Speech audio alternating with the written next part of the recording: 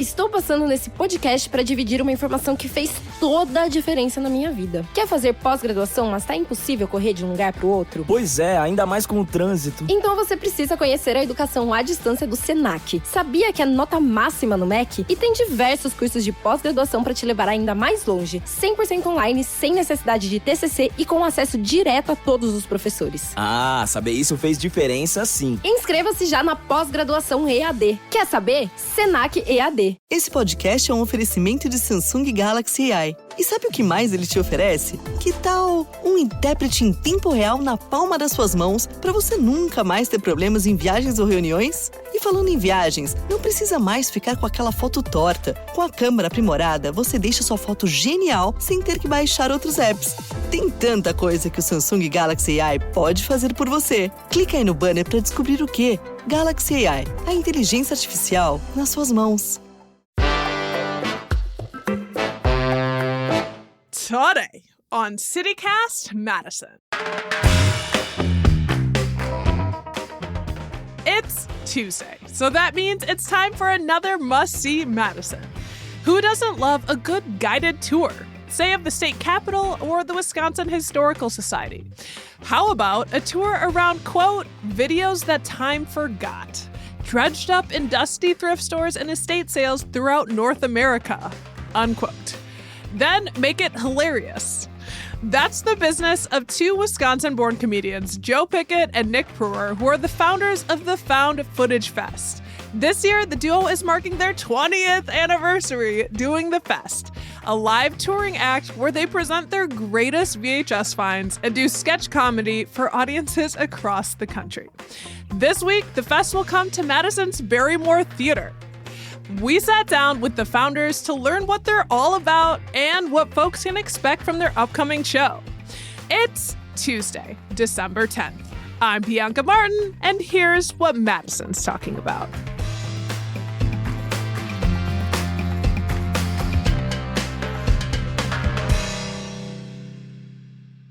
Hello, it's Bianca here. Happy Tuesday. I've got a quick message for you before we start the episode.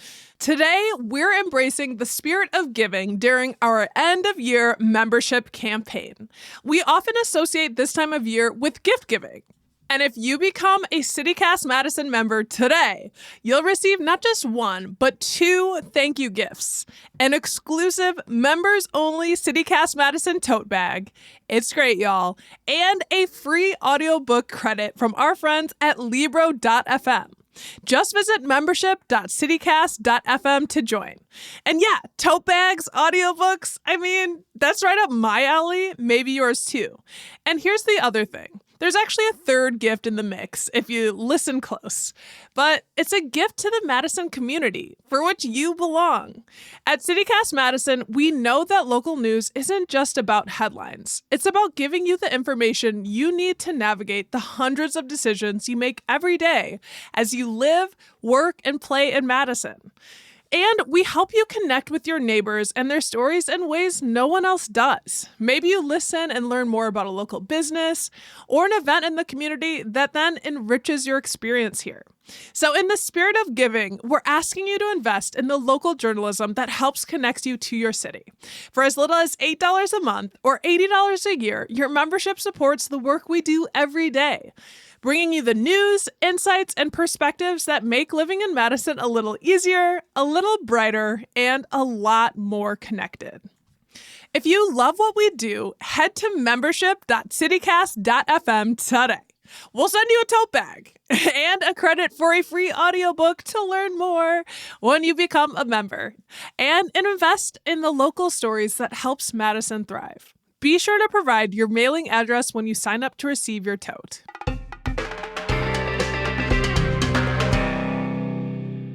Hey, Nick, sup? Oh, hi, Bianca. Hello. Hello, and hello, Joe. Hi, Bianca.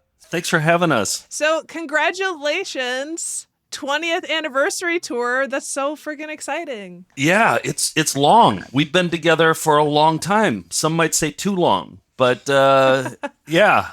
We realized, we were taking stock, and like this show, which kind of started as like an inside joke, now it's been 2 decades. You have to acknowledge it's a career now. Yeah, you committed to the bit.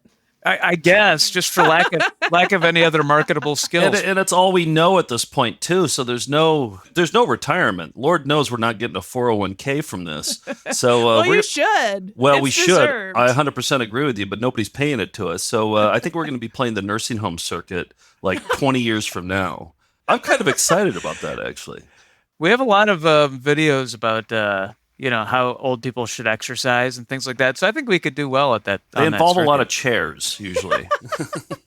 It's incredible. So I'm so excited to have you guys with us because, hey, you have a live show coming up in Madison on December 13th, and it's the Found Footage Festival.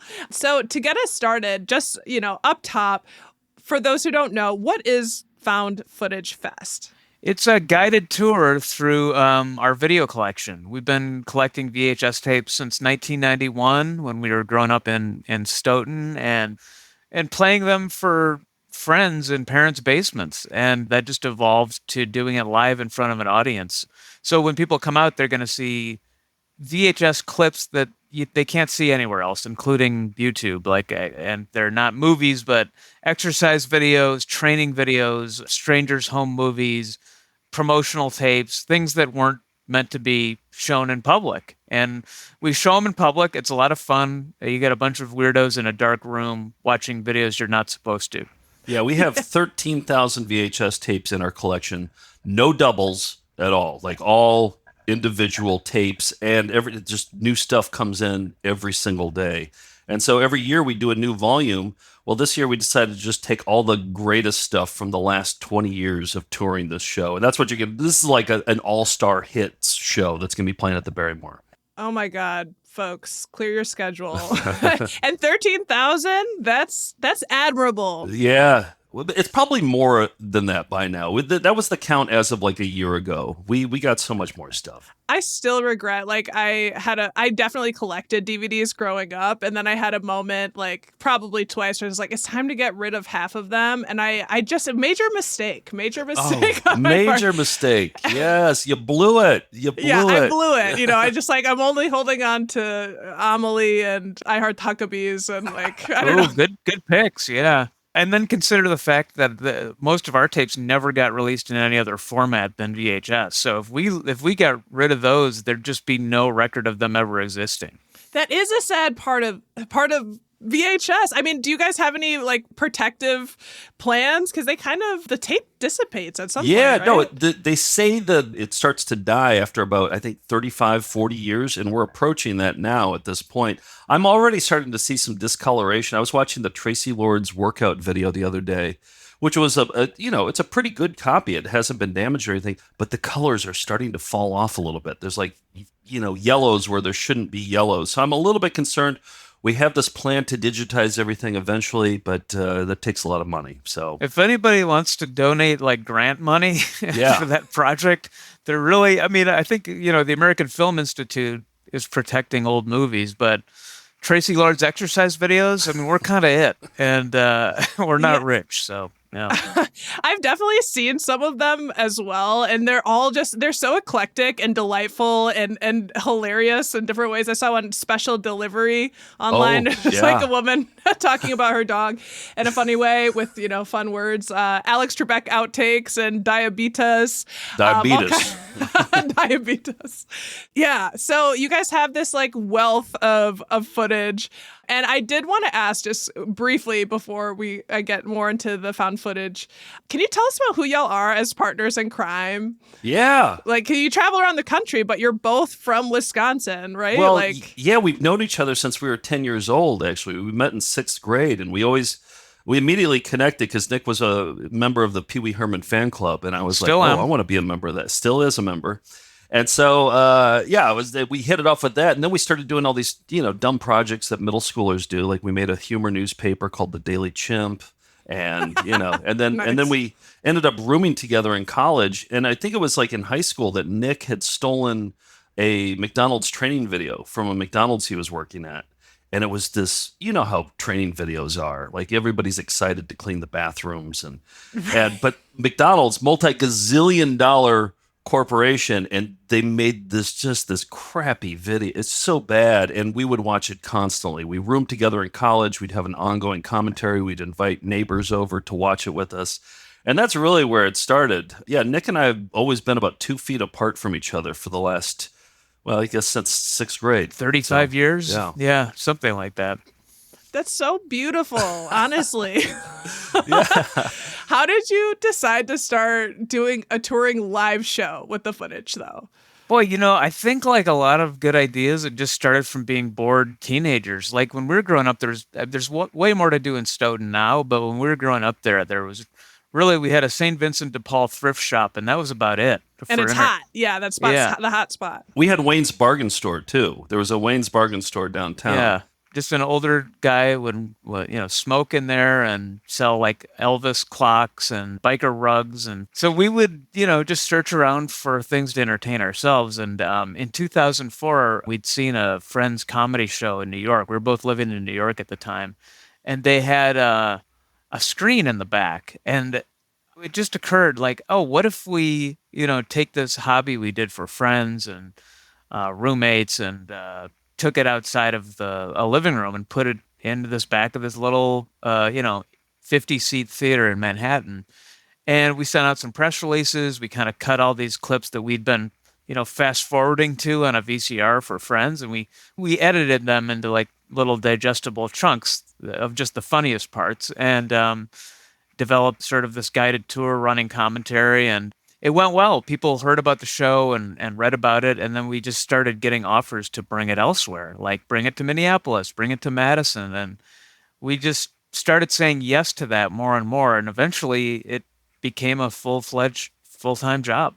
And where do y'all find these obscure VHS tapes? Well, that's actually a good question. It used to always be thrift stores, but now we're noticing that thrift stores aren't even carrying VHS anymore. And we're VHS purists. We dabble in DVD. We're not proud of that, but but VHS is our pride and joy. And we're realizing that like Goodwills don't even carry them anymore. Like they don't even carry Jerry Maguire's anymore. Like they don't take Again, so choosy these days. I know, exactly. So although we were in Wyoming last week, we were doing shows in Colorado and Wyoming. We stopped by a thrift store and we scored 150 tapes. So they're still out there. So the bulk of it comes from thrift stores. And we've been doing this show long enough that people know our sensibility. So when they find something good, they'll send us stuff. So new boxes show up every day. So, that's awesome. I actually, before talking to you guys, I reached out to my friends, the folks over at the wondrous, mighty 4-Star Video Collective, and they still rent and sell DVDs and VHSs. They're holding it down. And they let me know, by the way, that they've got a number of unmarked VHS tapes. They're willing to donate to y'all for the cause if you're interested. They are the best, coolest dudes on the planet. Yeah. We stopped by last time, and there's just a bunch of boxes there that were being donated. So I always love that they're looking out. I also love that. So I went to school in Madison, I don't know, in 1994, 1995, and that was my video store. I would always go in there to get like an Andy Warhol movie. That's the only place you could find any of that stuff. So it's great that like now they're still providing me with great stuff. It's still happening. Yeah. And they, for a long time, have had a found footage festival like shelf, which has all of our DVDs on it. So you can rent them there at 4-Star. Yes. And they told me that they've got a number of your movies. I love that you guys also love and have that connection, because I feel like that was one of those things in college when I found this store. One of my main like moments of pride was I ended up in some video in the like B-roll of just me sitting there looking through all the titles. It's just my favorite place. Nice. Well, 4-Star, like it was like all the AV Club writers from The Onion back then were all started at 4-Star. So got this crazy it's just history. The coolest place. Yes, exactly. And then they all went on to write for great things, and just, I don't know, 4-Star produces cool stuff. Yeah, we love them. And I want to ask, since you guys are experts deep, you've got more than 10,000 hours in this. How do you know when you've struck gold with an old tape? Like what marks a winner? Well, yeah, for us, I mean, the rule is it has to be unintentionally funny, right? So it can't like succeed at what it was trying to do. It has to fail in an interesting way too. It can't just be bad. It has to be, boy, they tried really hard. Humans trying. Yes, Yeah. humans trying, exactly. And then I think for us, like if we can't wait to show it to each other, like we do this weekly internet show called VCR Party. And when we get to the main section of the show, it's always like, okay, boy, oh boy, have I got something to show you. So I think just having worked together for so long, it's kind of like, if you're excited to show the other person something that you've found, then I don't know. To me, that's when it's a mark of a good video. Yeah, well, here's an example. I mean, obviously the listener can't see this, but I'll show you, Bianca. Training llamas to drive. That showed up last week with Barbara as your host. Barbara. Yes, so we're looking at somebody, a llama being strapped into a wagon. Yeah, it's about training your llama to pull a cart. So, but stuff like That's that. When we gold. see that, it's like, yes. Or this one, how to belly dance. I mean, just look at that cover. So, I don't know. It shows up and you kind of know it when you see it. And, like back in we call like 1987 the golden age of video. And that's when they were just cranking out videos at a furious pace. They had been using film for so long, and that's expensive and tough and fickle. And then they have video, and then they're just hitting a record button, and it's easy. So they just churned out stuff back then. So generally, when something comes from that golden age of video, we know it's going to be good. Anybody with like a half-baked idea would put out these videos too. So it was just quantity over quality. And so anything from that late 80s era, we know is going to be pretty good. I feel like I have like old advertisements in my mind that would be very fitting for y'all. Oh, yeah? Yeah. Yeah, I mean, there's probably something it's better to see it. But I don't know if you guys have you ever come across Peter Popoff? He's like a preacher, and Sounds he's familiar. very clearly a scammer. Oh, wait, does he sell the holy water? Holy water, Yes, he sells the yes. holy water in like ketchup packets. They're like in You're ketchup. healed. Yes, yes. No, I went on a deep dive on Popoff. Yeah, his Me too. His Wikipedia is really interesting. He's in and out of jail, but then he gets out of jail and he goes right to the airwaves every single time. Somehow they just always do that. Yeah. Yeah. He's a man of the people. So what about you, Nick? Are there any like recent favorite tapes that you've come across? Well, I was watching one today called Jello Rama, which is a Jello wrestling video that I think It looks has sexy. potential. Yeah, it has potential. I was in Los Angeles recently, and I found the thrift stores there are different. I found a bunch of audition tapes. And so, Ooh. yeah, there's like, for a movie that I don't think ever got made, but there's some auditions with like famous people. So it kind of feels like a little voyeuristic. You're getting to see these people audition. That's always a fun one. We got a whole new batch of McDonald's training videos, and those are near and dear to my heart since that's the Keep first. them hot. Those fries. Yeah, exactly. Sprinkle some holy water on those fries. So yeah, I love when we find new training videos that feels like you're getting a window into some corporate secrets, things like that. Those are always the hardest to find too, because you don't find those at thrift stores. You have to usually steal those. The training videos, and we've stolen a few in our day. I actually got a job at a Suncoast Video in probably like, I don't know, it's probably like 1999 or 2000, because I heard, you remember Suncoast Videos? It was like Sam Goody. It was a In mall malls. store that Okay. sold VHS tapes. And I heard that they had the worst training videos. You'd start a new job, you'd have to watch some training videos. They supposedly had the worst ones. So I actually got a job there just to steal the training videos because I had to see them. So I actually did that. So that Commitment. training videos are the hardest to get your hands on. And ironically, in that batch of tapes you stole was an anti-theft video. It was how Yeah. to prevent shoplifters. I know. So The irony of it all. yeah. Well, I was going to ask you guys, like, how does copyright work with the found footage? I don't know.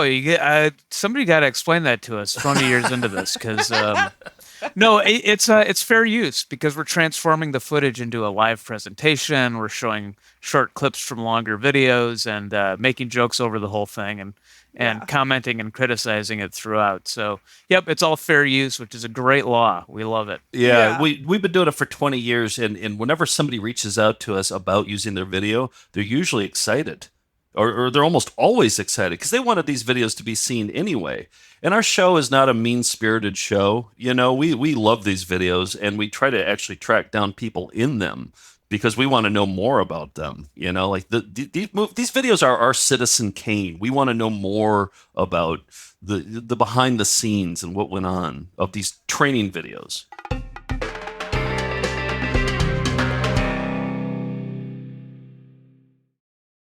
Ideal mesmo para o mundo atual seria fazer o ensino médio junto com o curso técnico, certo? É no Senac que o aluno tem autonomia de verdade, formação cidadã, foco na diversidade, preparação pro Enem, material didático sem taxas e muito mais. Na real, tem tudo que você precisa para se sentir preparado para a vida. Seja para entrar no mundo do trabalho ou te ajudar a decidir o que fazer na faculdade. Quer saber? Senac. Vem comigo. Acesse sp.senac.br/ensino-médio-técnico. You guys have a really interesting component to your story. And I'd called you partners in crime, but you guys had a fun time pranking local news stations. Oh, yeah. And then getting sued. So it's kind of an incredible story. Yeah. So that's when we did get sued, actually. It had nothing to do with the VHS tapes at all. I thought for sure the lawsuit was going to come from that, but it never did. Yeah. We get on a lot of these morning, to promote the show. Whenever we're out on tour, we'll promote the show on local news shows and radio and podcasts and stuff. And we hated doing the morning news shows because you'd wake up at 5 o'clock in the morning. They would forget that you were coming to the show, and they'd forget your name. They'd get the name of the show wrong. I don't know. It was like, why are we even doing these things? So we're like, oh man, let's try to get a fake person booked on that. Let's write up. We're pretty good at writing press releases. So we're like, let's write up a press release for a fake person. And we did that, and it worked. We did it. I think the first one was in Madison, actually. It was with our buddy Mark, who we went to school with in Eau Claire, and we wrote up a press release saying that he was a yo-yo expert who traveled around the schools, teaching kids about the environment with the yo-yo. He got booked on 7 morning news shows, and it was so much fun that we kept doing it. And then one of the affiliates didn't think it was funny. It wasn't the affiliate; it was the owner of. It was the parent company that owns a bunch of different affiliates, and they were like, "Enough! All right, we're going to sue you." So they took us to court. So, yeah, we laugh about it now, but we weren't laughing then. Right. That sounds pretty serious. Yeah. Yeah. And so, I saw some of, the yo-yo, but basically, it's not related to the found footage, but just like some sort of kind of prank. And it almost sounded like, I heard, Nick, I think you said in an interview that it was like an experiment, an experiment to see, like, can we do this? Because clearly these people are not fact-checking. I'll say, like, the majority of my career has been spent as a radio producer, so the idea of someone doing this is, like, horrifying. And it is the producer's job to, like, do research and background and that sort of thing. Absolutely. Yeah, I worked in television too, and I would have to vet, potential guests and do pre-interviews or at least do research on it. And hey, look, I get that, there's not a lot of resources for these shows, but I think just the whole idea of these shows we found preposterous because they're talking about like a plane crash or politics or some horrible news, and then right into here's somebody with the hot holiday toys, or, here's some clog dancers who are in town. And it just, the whole premise of these shows was ridiculous. And then having been on them and shared a green room with some ridiculous acts, we just thought, oh, what if as an experiment, we just made up ridiculous characters and see if these folks would get booked on the shows in the same way we did. And did you pretend to be a chef? Yeah. And even did things like convince them to let you blend up meat? Well, like my signature. This was after Thanksgiving, and the pitch we came up with was that I was a leftovers chef and kind of a cool guy who had a Harley Davidson and, one of these Guy Fieri types. And so, but the turbo gravy was my named after a Judas Priest song was all your leftovers put into a blender with skim milk and made into a smoothie, or just poured over some corn. And then you served it to the anchors. Yeah, we tried to get the anchors to eat it, and most did. They just don't want to rock the boat, Yeah. I was gagging, but they were just wolfing it down. I'm sure it wasn't terrible. I mean, it wasn't like all meat. I mean, there was gravy in it, and there was some chicken, and it's not the thing you want to eat first thing in the morning.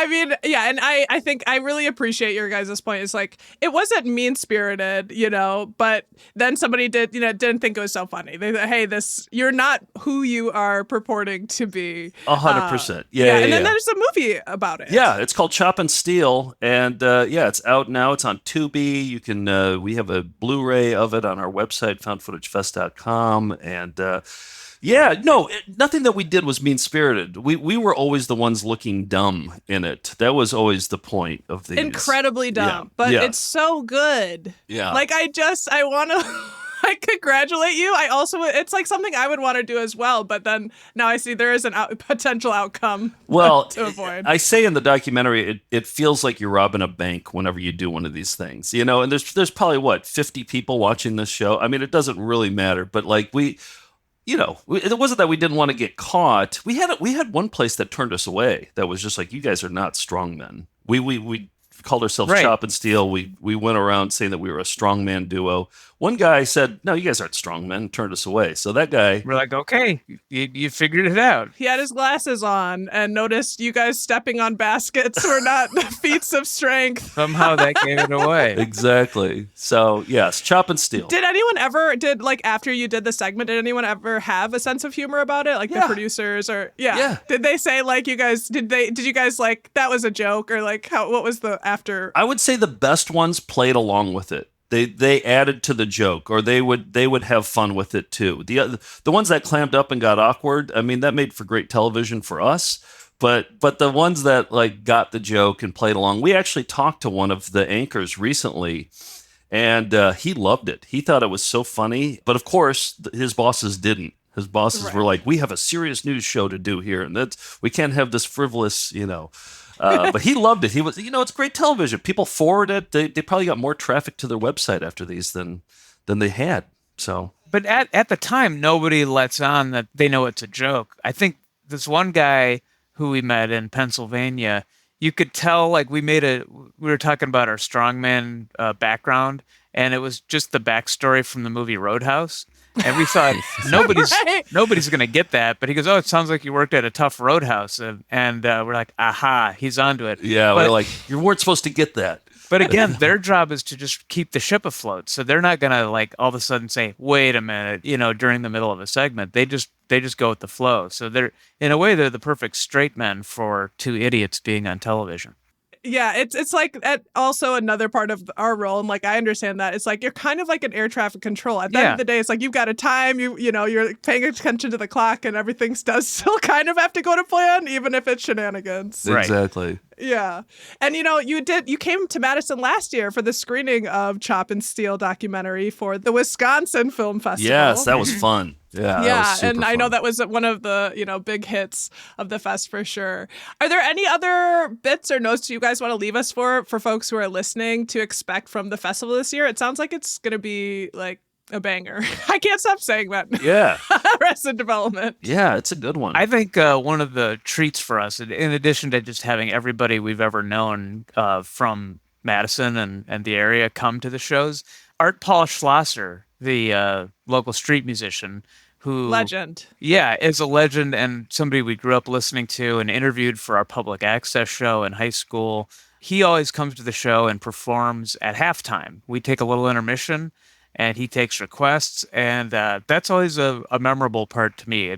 And that's when I feel like, after 2 decades, I'm like, man, we made it. Here's this guy we loved in high school, and now we're performing on the stage where I saw my first concert. I saw They Might Be Giants, and we're here, and now Art Paul Schlosser is performing for us at intermission. So also, I want to just put this out there. I feel like on State Street there should be a statue of Art Paul Schlosser. I agree. He's such a staple of State Street. If you're ever going to put a statue of anybody there, let's just get a full big old bronze. Like, let's get it. I'm just putting it out there now. I'm planting the seed. Madison, you do the rest. I wish I had said it myself, honestly. Yeah. I mean, he's our troubadour. He really is. Yeah. Milwaukee gets the Fonz. Detroit gets RoboCop. Minneapolis gets Mary Tyler Moore. I think Madison should have Art Paul Schlosser, a bronze statue somewhere on State Street. Yeah. Well, you're reigniting for me that we have to talk to him on the show and have him play for us on the show at some point. Oh, he's so good. He keeps getting better, too. Keeps getting better. He keeps getting better, and it sounds like y'all as well. This has been so delightful and fun, and just a snippet of, I'm sure, just a fraction of what the fun will be at your guys' 20th anniversary fest. I hope to see you there, and thanks for coming on CityCast Madison. It's been really fun. Thanks, Bianca. Thank you.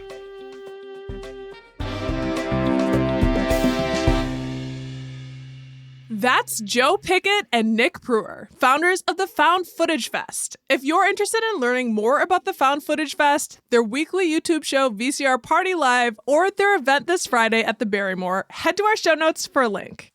And now, a reminder that our end-of-year campaign is underway. Become a CityCast Madison member to support journalism that connects our city. Go to membership.citycast.fm right now to join. If you're already a member, thank you. We see you, and we couldn't do this work without you.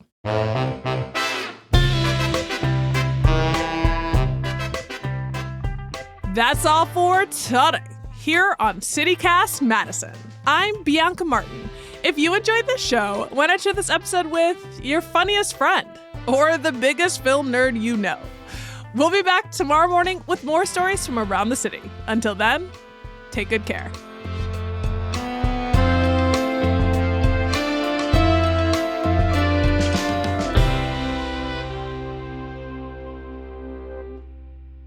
Hello.